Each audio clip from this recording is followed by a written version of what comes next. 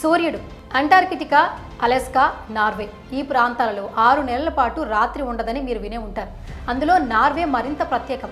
రాత్రి 6 నెలలు ఉన్నా అది 10 నుంచి 10 నిమిషాలే.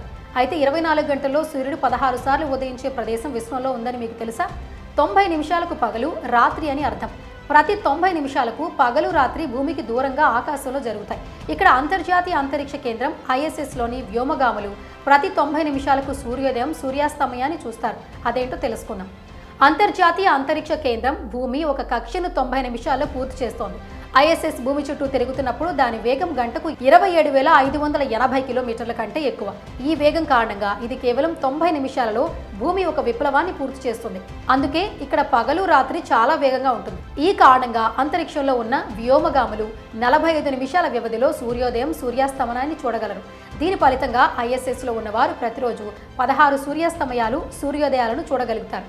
మరింత ఆసక్తికరమైన విషయం ఏంటంటే సూర్యాస్తమయం, సూర్యోదయం ఉష్ణోగ్రతల మధ్య వ్యత్యాసం 250 డిగ్రీలు ఉంటుంది. వ్యోమగాములు ఇంత అస్థిరమైన ఉష్ణోగ్రతలలో మనుగడ సాగించడానికి గల కారణం వారి స్పేస్ సూట్లలో ప్రత్యేక పదార్థం. అంతరిక్షంలో విపరీతమైన వేడి, అత్యంత శీతల ఉష్ణోగ్రత పరిస్థితులను రెండింటిని ఎదుర్కోవడానికి వీలుగా వారి సూట్ రూపొందించబడి ఉంటుంది. ISS అధికారిక ట్విట్టర్ హ్యాండిల్లో షేర్ చేసిన ఇటీవల వీడియోలో ఈ వివరాలు వెల్లడయ్యాయి. ISS చిన్న క్లిప్లో నమ్మశక్యం కాని సమాచారం షేర్ చేయబడింది. ముఖ్యంగా సూర్యరశ్మి ISSని తాకినప్పుడు దాని ఉష్ణోగ్రత 121 డిగ్రీల సెల్సియస్కు చేరుకుంటుంది. ఇక రెప్పపాటులో ప్రతిదీ బూడిదగా మార్చేస్తుంది. సూర్యుడు భూమి వెనుకకు వెళ్ళినప్పుడు ఇక్కడ ఉష్ణోగ్రత 157 డిగ్రీల సెల్సియస్ ఉంటుంది. నాసా నివేదికల ప్రకారం ఆకస్మిక ఉష్ణోగ్రత పెరుగుదల, తగ్గుదల వ్యోమగాములు ప్రభావితం చేయదు. ఎందుకంటే అంతరిక్ష కేంద్రం లోపల ఉష్ణోగ్రత పెద్దగా ప్రభావితం కాదు. వారి స్పేస్ సూట్లు ఉష్ణోగ్రతను తట్టుకునే విధంగా రూపొందించబడ్డాయి.